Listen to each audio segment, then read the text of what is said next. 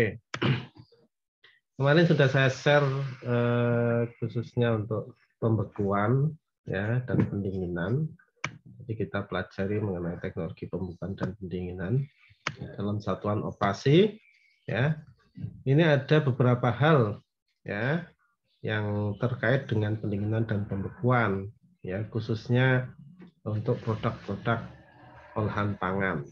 Nah, beberapa yang sering kita jumpai ini ada beberapa ya, misalnya mungkin pembekuan produk-produk ya, sari buah, kemudian sayuran, es krim, kemudian produk-produk yang lain, misalnya teman-teman membuat produk beku ya dari daging, misal nugget, misal bakso. Nah, itu semua membutuhkan satu proses pembekuan untuk tujuannya apa? Untuk memperpanjang umur simpan. Ya. Jadi alternatifnya adalah dengan pembekuan maupun pendinginan. Ya. Nah, di dalam pendinginan atau pembekuan ini merupakan proses termal ya, atau proses yang melibatkan panas. Nah, kalau dia pendinginan dan pembekuan maka dia melepaskan panas atau kalor. Tapi kalau dia pemanasan, sterilisasi, pasteurisasi, nah dia menyerap panas. Ya. Di dalam setiap produk ini ya memiliki titik beku yang berbeda-beda ya. Jadi titik beku yang berbeda-beda. Nah, ini yang pada masing-masing produk. Kemudian ketika kita melakukan pembekuan ya, kalau normalnya misal normal air ya, itu membeku itu sudah di bawah 0. Ini sudah mulai membeku ya. Kemudian untuk produk-produk pertanian lain ya berbeda-beda titik beku.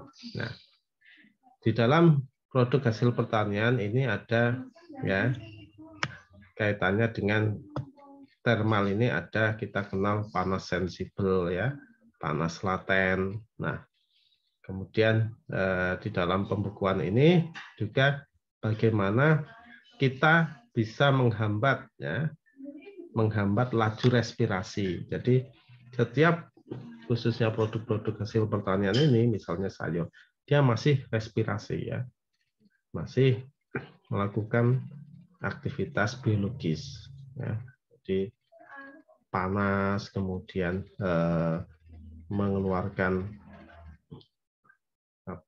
gas ya, kemudian uap air. Nah, ini keluar di dalam proses respirasi, sehingga ya di dalam pembekuan ini jadi harus diperhatikan ya proses-proses itu.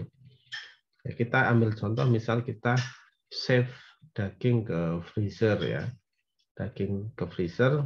Ya, kalau daging baru dipotong kita dapat ini suhunya gimana? Suhunya mesti dia kisarannya bisa jadi di sekitar 40 ya.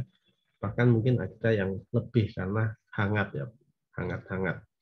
Nah, kemudian ketika disimpan maka ini yang harus dilepas kalornya sebanyak panas yang ada di dalam bahan material tersebut sampai pada titik bekunya. Ya, jadi jumlah kalornya adalah dari kondisi semula awal ya, panas awal sampai pada titik bekunya berapa.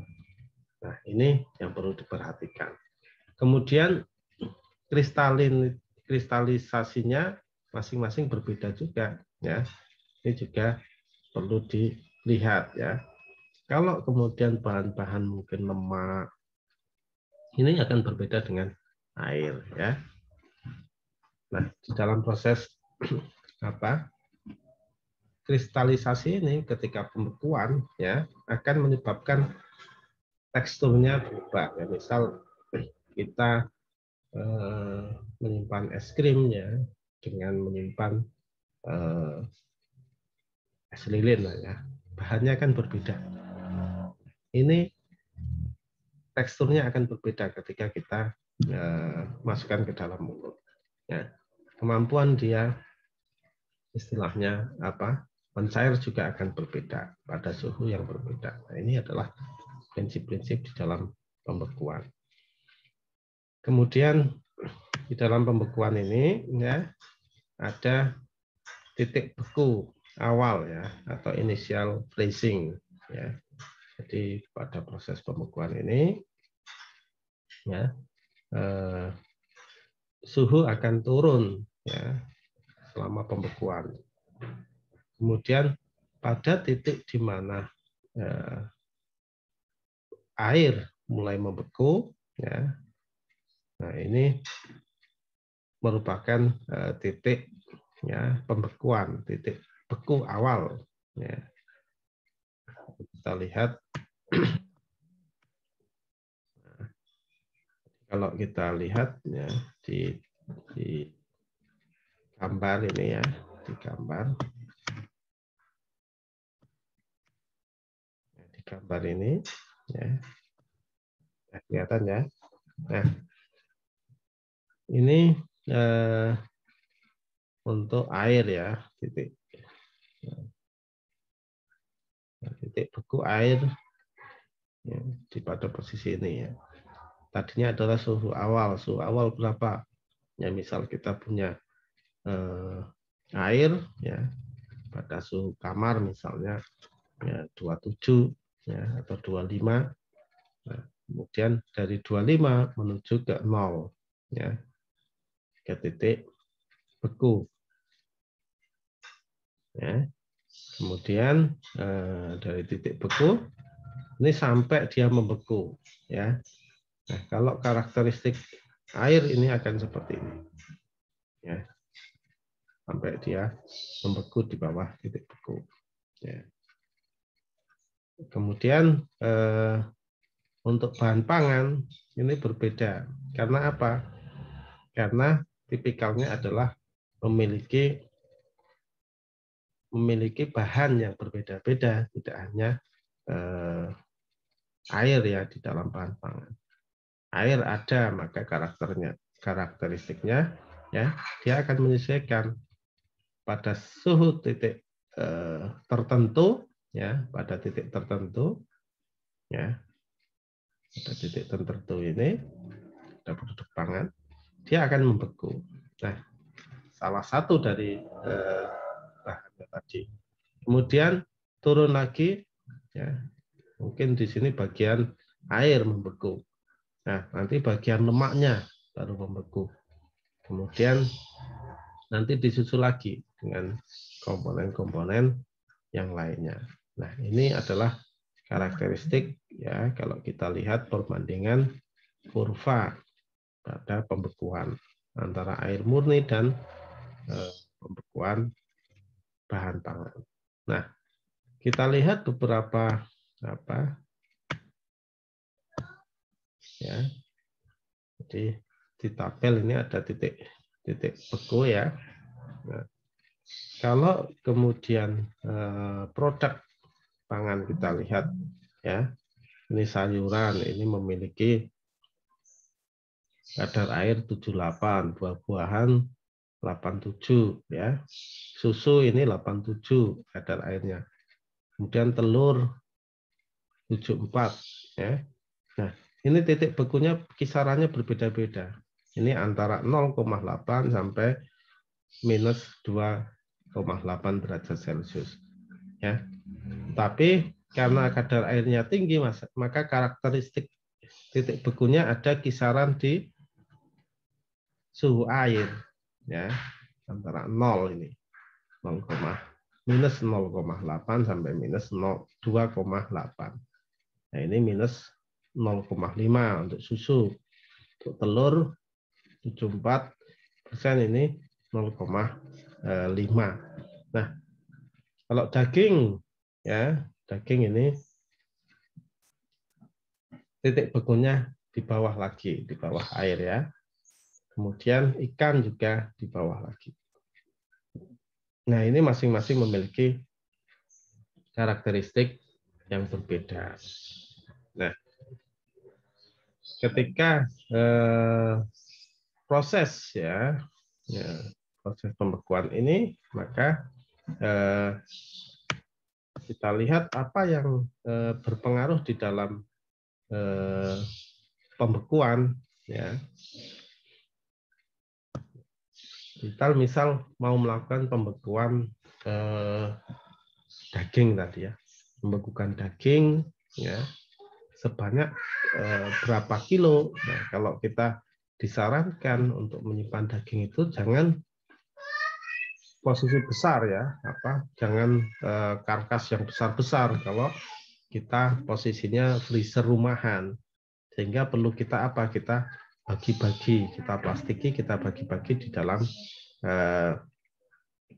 ukuran yang lebih kecil ya, misal setengah kiloan kita plastiki. Nah, ini tujuannya apa? Tujuannya adalah agar waktu pembekuan ini ya berjalan lebih cepat ya. Jadi ketika kita masukkan tidak menunggu lama sekali baru membeku. Karena apa? Karena posisi ya bahan-bahan pangan misalnya daging ini bersifat perishable atau mudah rusak, sehingga karena mikrobia ya, sehingga harus membutuhkan pembekuan yang lebih cepat. Nah, jadi perkiraan lama atau laju pembekuan ya, ini merupakan kriteria yang utama untuk memilih desain atau proses pembekuan. Jadi ada bermacam-macam cara pembekuan ya. Pembekuan dengan yang kita kenal di rumahan, misal dengan freezer ya, refrigerator, kita bekukan, ini adalah adanya aliran udara. Nah, aliran udara di dalam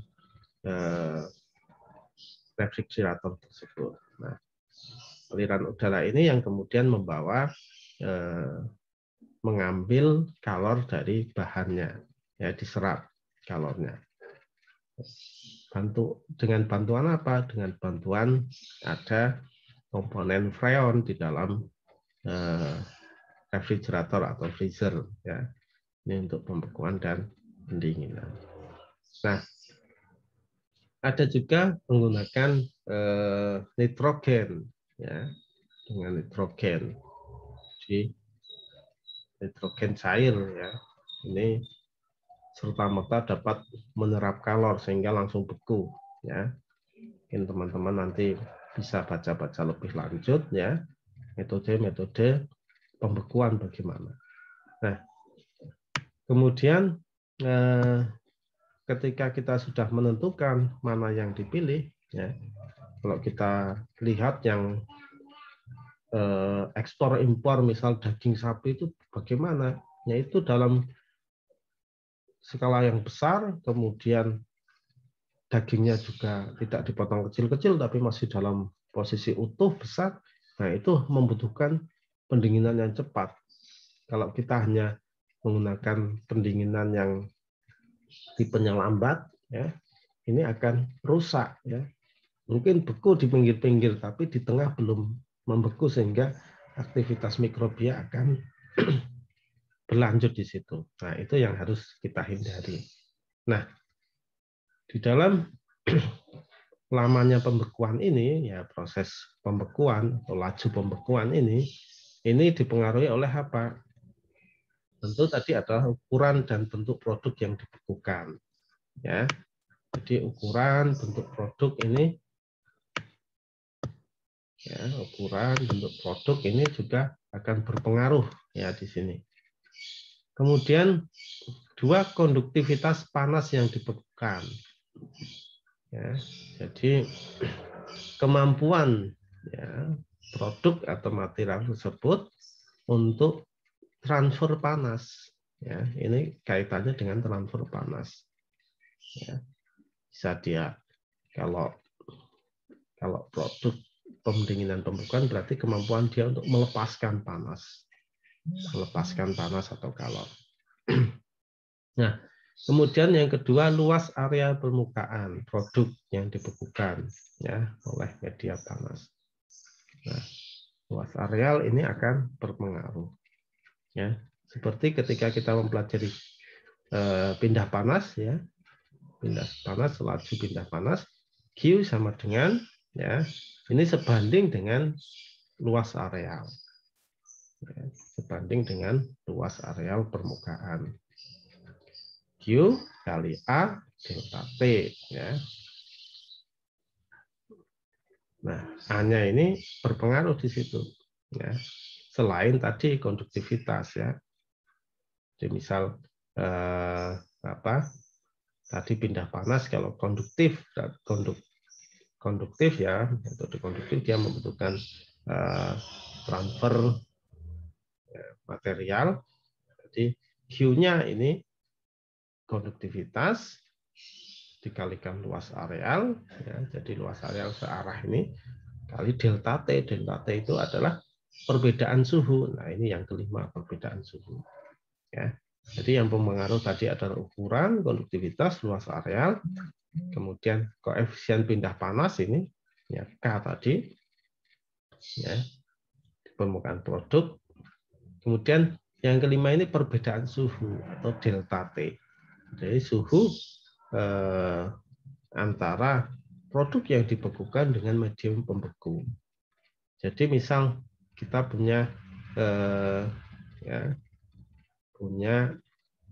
kalau kita contohkan di pindah panas, kita punya sendok, ya, kita masukkan ke dalam gelas yang berisi air panas, ya, mungkin suhu 90.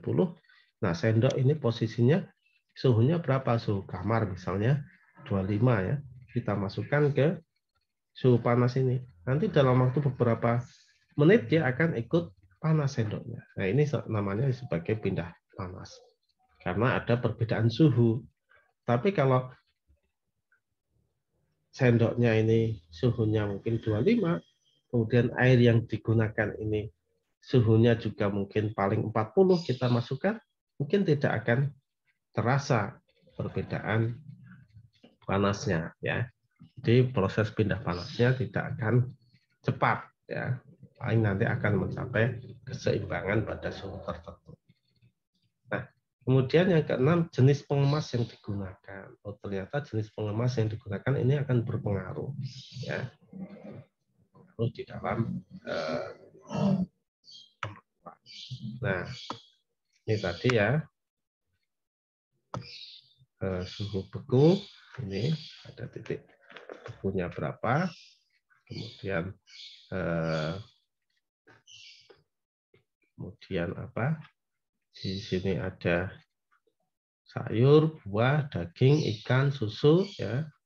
Nah, ini kadar airnya berbeda-beda, titik bekunya juga berbeda-beda karena menyesuaikan.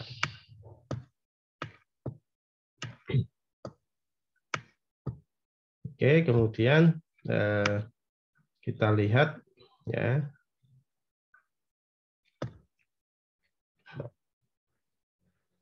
Ketika kita melakukan pengukuran lama waktu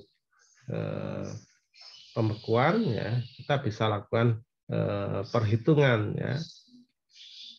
Jadi ketika kita melakukan perhitungan nanti akan saya jelaskan selanjutnya. Tetapi saya sudah upload ya untuk contoh perhitungan dari menghitung pendingin pembekuan. Nah, selama pembekuan nominal, nah ini adalah waktu yang diperlukan dari ketika suhu permukaan bahan mencapai 0 derajat Celcius sampai suhu pusat termal produk mencapai minus 10 derajat Celcius atau 10 derajat di bawah titik beku ya. Jadi kalau kita mau mengukur ya, nah ini kalau kita mau mengukur pembekuan, misal ini suatu ilustrasi produk ya. Jadi kita lihat ya bagaimana mengukur pembekuan. Nah, kalau kita melakukan pembekuan ini maka yang beku pertama-pertama adalah bagian permukaan. Ya, ini bagian permukaan. Jadi ini adalah L, ini adalah tebalnya ya, bahan. Ya, ini ada TS, adalah suhu permukaan. Jadi ketika kita melakukan pengukuran pembekuan, kita ukur dulu suhu permukaan ini berapa. Kalau suhu permukaan ini sudah 0 derajat, ya, nah ini kita mulai hitung. Ini 0 derajat. Kita misal mau menghitung lama pembekuan, berarti kita 0 derajat diukur tek, ya, terus kita meniti, ya, sampai seberapa lama, ya, di tengah ini, ya, bagian tengah ini, ya, sampai mencapai titik di bawah 10 derajat Celcius atau U, ya, di sini. Nah, ini diukur. Nah, ini adalah lamanya pembekuan, ya, pembekuan nominal. Nah, jadi lama pembekuan nominal digunakan untuk menentukan tingkat kerusakan produk yang dibekukan. Ya, ini lama pembekuan. Nah, jadi kita lihat, ya, perhitungan lama perhitungan ini kita melihatnya adalah nanti kaitannya dengan bagaimana konduktivitas panasnya, kemudian densitasnya, ya. Nanti kita pelajari, sudah upload, ya, untuk pembekuan. Nah,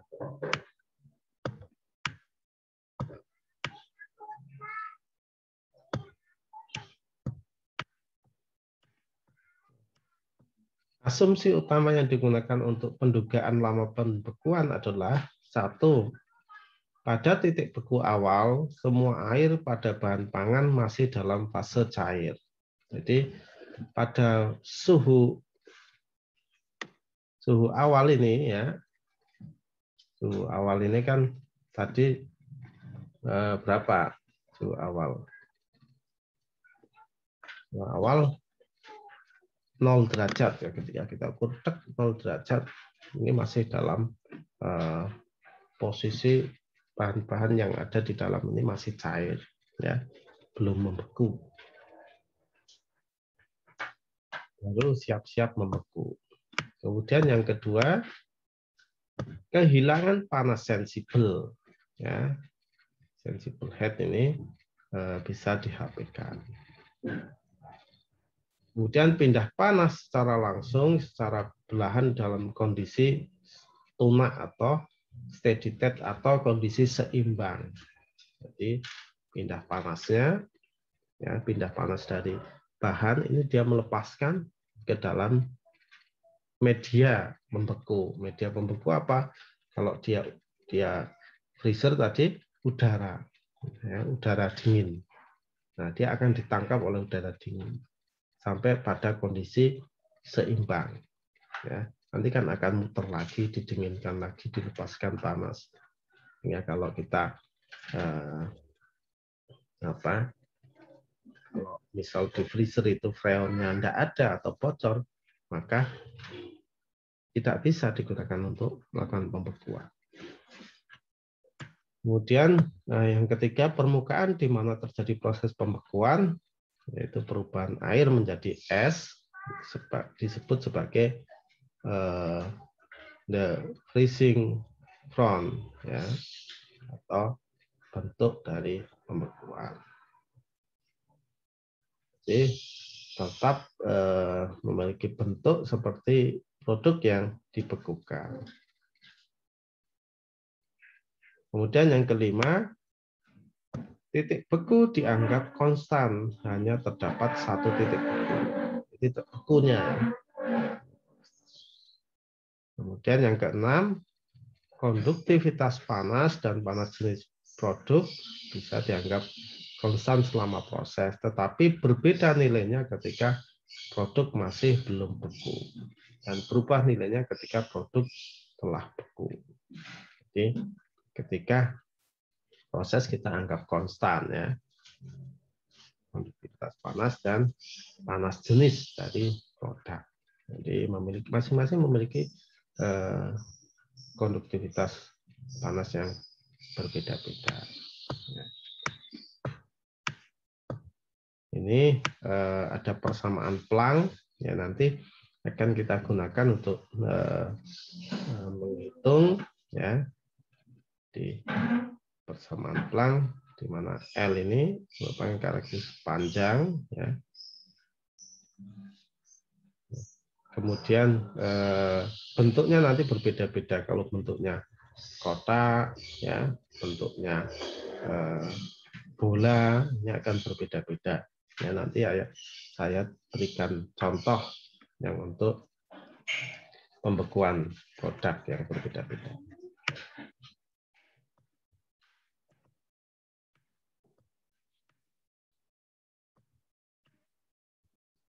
Nah, ini untuk bola ya. Bola nanti nilai P-nya ini ya. Jadi konstanta P dan R ini di dalam persamaan Planck ini konstanta ya. Konstanta nanti bisa dilihat saja ya. Nah, kemudian kita lihat profil ya. Profil penurunan suhu ya. Jadi profilnya tadi sama grafiknya ya. Jadi seperti ini.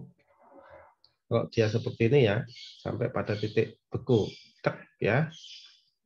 Setelah titik beku, dia kita ukur sampai membeku pada titik minus 10 paling tidak ya.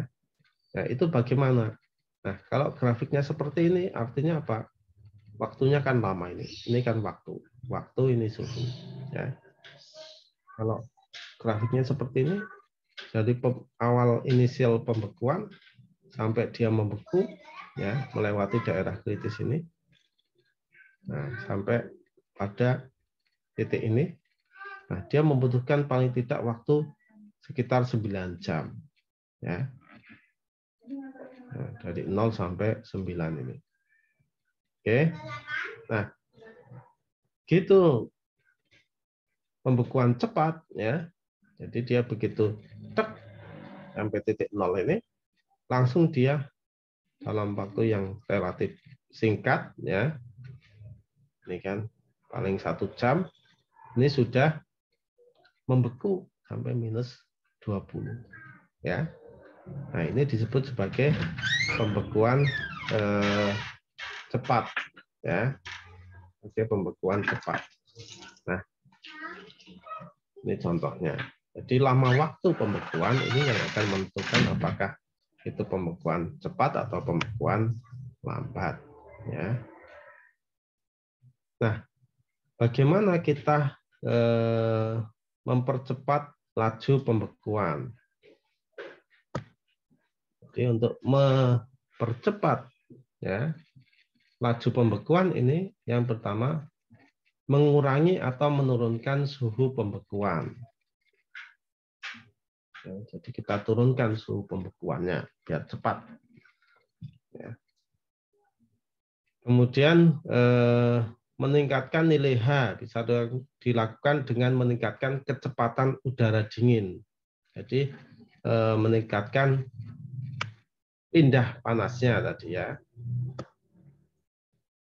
Dengan meningkatkan kecepatan udara dingin menggunakan penyemprot ya atau dicelup ya atau kontak ya. Kemudian menggunakan pengemas yang minimal. Jadi biar kita tidak terhambat hanya ini atau koefisien pindah panasnya ini, caranya gimana? Kita percepat pindah panasnya ini dengan alirannya lebih cepat lagi. Ya. Kemudian pengemasnya. Pengemasnya ini jangan yang menahan panas. Ya. Misalnya pengemasnya karet, tentu ini akan menahan panas. Oke, kalau pengemasnya plastik, satu lapis, kemudian ketebalannya tidak tinggi ya, atau secukupnya saja, tidak terlalu tebal ya. Nah ini akan meningkatkan pindah panasnya. Kemudian menurunkan ukuran produk. Jadi produknya kita perkecil. Ya. Kalau produk yang besar ini dibekukan akan lama. Tetapi kalau kecil-kecil sampai titik tengahnya akan lebih cepat ya, membeku. Kemudian bilangan biot atau rasio ya, antara HR tadi yang koefisien ya, per K ya, rasio tahanan eksternal dengan internal ya. Ini kaitannya dengan nanti pengemas, tidak terlalu jauh. Nah ini adalah kriteria di dalam bagaimana mempercepat laju pembekuan. Oke, saya ambil contoh ya.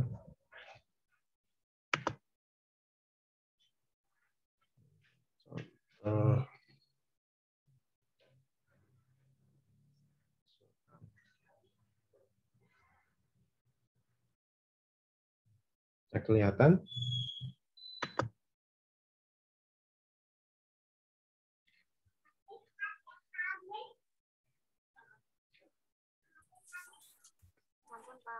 Oke.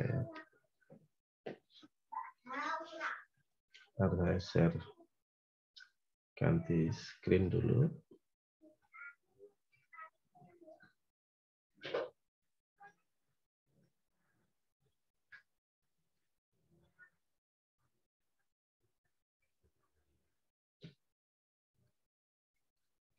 Nah, dalam pendinginan pembekuan ini saya contohkan soal. Ya. Ini ada soal, misalnya dilakukan proses pembekuan ikan sebanyak 15 ton per hari. Ya. Kita membekukan 15 ton ikan ya, per hari. Dari temperatur 10 derajat Celcius, jadi ikannya itu suhunya sudah 10 derajat Celcius, menjadi minus 8 derajat Celcius menggunakan udara dingin. Ya. Ini estimasikan kebutuhan pendingin jika laju dari perpindahan panas 2 kali dari laju panas produk. Ya. Jadi yang kita estimasikan ini adalah kebutuhan pendingin. Ya. Kemudian koefisien pindah panasnya udara adalah 22 Joule meter sekon derajat Celcius. Kemudian hitung pula luas area koil pendingin yang dibutuhkan apabila beda temperatur 12 derajat Celcius. Jika ikan memiliki panas spesifik pembekuan, memiliki panas spesifik ini 3,18 kJ per kilogram sekon derajat Celcius dan sebelum membeku memiliki panasnya spesifik ini 1,67 kJ per kilogram sekon derajat Celcius serta panas latennya 276 kJ. Nah, jadi kita harus menentukan total entalpi. Total entalpi ini total entalpi energi kalor ya. Energi kalor yang dilepaskan ya, per kilogram ya. Per kilogram dari ikan ya. Per kilogram dari ikan. Ya. Jadi ini kita total semua entalpi ini. Yang pertama adalah panas awal ya. Kilo ya, panas spesifik sebelum pembekuan. Sebelum pembekuan kan ini 3,18 ya. kemudian suhunya 10 derajat Celcius. Ya. Suhunya deltanya 10 derajat. Nah, ini kalikan suhu awal dikalikan panas spesifik sebelum pembekuan. Kemudian ditambah ya, suhu ketika mulai membeku. Ya. Suhu beku kan minus 8. Ya. Minus ini kan delta, jadi 8 ya. Jadi 0 ke 8 itu kan 8, nilainya 8. Dikalikan panas spesifik setelah pembekuan 1,67. Ya, panas spesifiknya ini ya. Jika membeku ya. Kemudian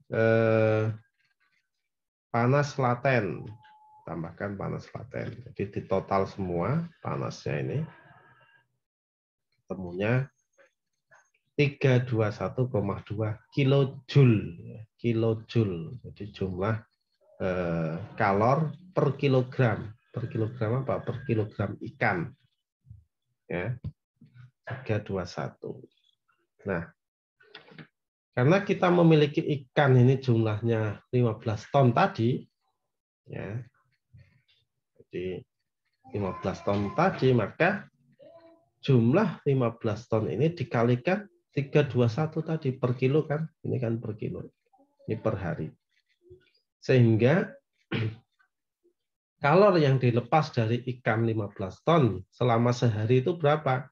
Ini 321,2 dikalikan 15.000 kg per hari. Ketemunya 4,82 kali 10 pangkat 6 kilojoule per hari ya. Jumlahnya ini.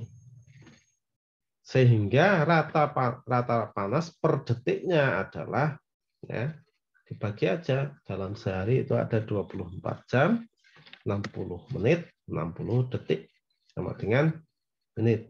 Ketemunya ya 55,8 kilojoule per sekon. Ini bagi ya. Salah kali. Ini bagi ya. Panas rata-rata per detik ini dibagi ya. Nah, ini ketemunya 55,8 kilojoule per sekon. Nah, jika laju pendinginan 2 kali, maka laju panasnya, laju itu adalah Q ya, laju kalor Q ya, jumlah kalor. Nah, tadi kan 55,8, tapi 2 kalinya laju panasnya. Ya, laju panasnya. Sehingga 55,8 tadi dikalikan 2 sama dengan 111,6 ya, kilojoule per detik. Ya. Sehingga bisa kita gunakan untuk menghitung luas ya. Luas ya. Nah, Q sama dengan U. U ini adalah koefisien total ya. Dikalikan A kali delta T, beda temperatur. Ya.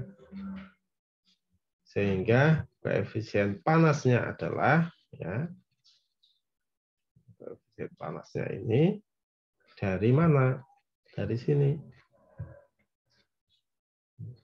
Koefisien panas mana? Nah, ini koefisien pindah panas ini 22 Joule meter sekon derajat Celcius ya.